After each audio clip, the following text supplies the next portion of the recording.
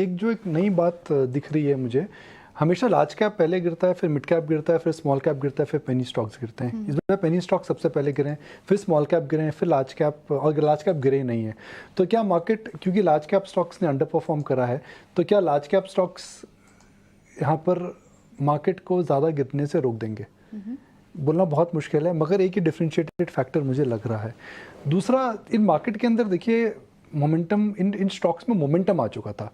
आप इन स्टॉक्स को ले रहे थे not because you wanted to buy business, not because you wanted to buy the product what they were offering, you were simply buying momentum. और momentum एक तरफा नहीं चलता है। मैं हमेशा बोलता हूँ कि ज़िंदगी में उम्र ही एक चीज़ है जो एक तरफा चलती है। मार्केट में मोमेंटम एक तरफा कभी नहीं चल सकता है। तो एक तरफा मोमेंटम इनके अंदर हुआ था, वो मुझे लगता है कि वो थोड़ा थमसा गया है।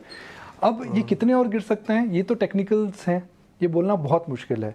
मगर मेरा ये मानना, जो सुबह में ईटीएन, हम लोग ईटीना पे भी बात कर रहे थे, investing is about buying gold at the price of silver. Nikunj, आप आजकल काफ़ी फलसफा और फिलॉसफी वाली बातें बोलने लगे। इन्वेस्टिंग इज अबाउट बाइंग, नहीं, हमेशा मैं बोलता हूँ कि investing is about buying gold at the price of silver. यहाँ पर ये जो स्टॉक्स है डायमंड की प्राइसेस पे ट्रेड कर रहे हैं, तो खरीदार को क्या करना चाहिए? आप सोने की, आप अगर डायमंड की प्राइस पर, हीरे की प्राइस पर अगर सोने को खरीदेंगे तो ऑब्वियसली आप मिस प्राइसिंग खरीद रहे हैं। तो इसका मतलब ये नहीं है कि सोने की चमक खत्म हो गई है। मैं ये नहीं कर रहा हूँ कि स्टॉक्स खराब है, मैं ये नहीं कर रहा हूँ कि सेक्टर खत्म है, ये मल्टी ईयर ट्रेंड है।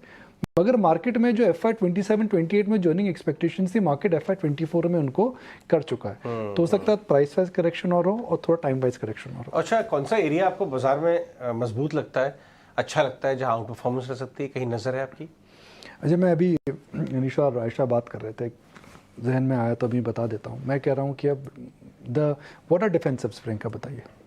Pharma, FMCG। हम ऐसा क्यों बोलते हैं?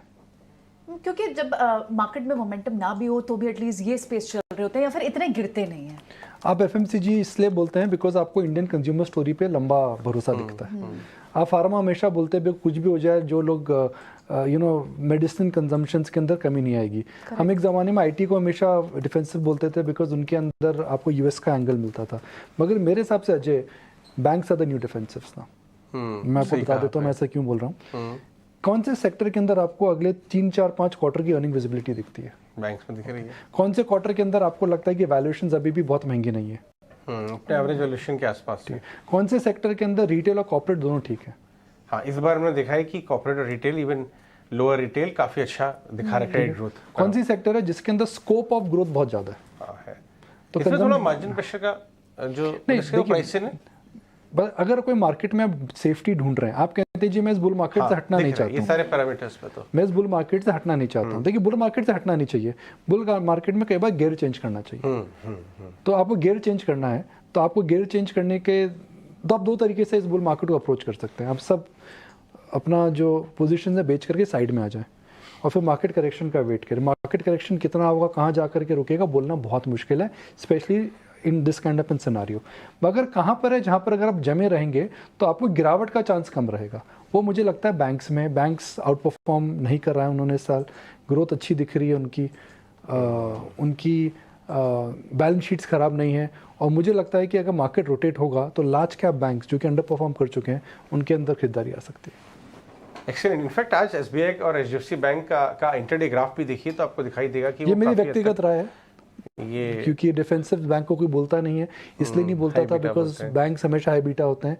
मगर बैंक्स की इस समय की जो पूरी लेंडिंग बुक है वो काफ़ी प्रिडिक्टेबल लेंडिंग बुक है। अब बैंक्स को हमेशा हाई बीटा क्यों बोलते थे? Because they were expose to the economy. इस समय इकोनॉमी अगर आपकी अच्छी चल रही है तो उसको डेरिवेटिव प्ले हमेशा बैंकिंग रहता है। डॉक्टर साहब,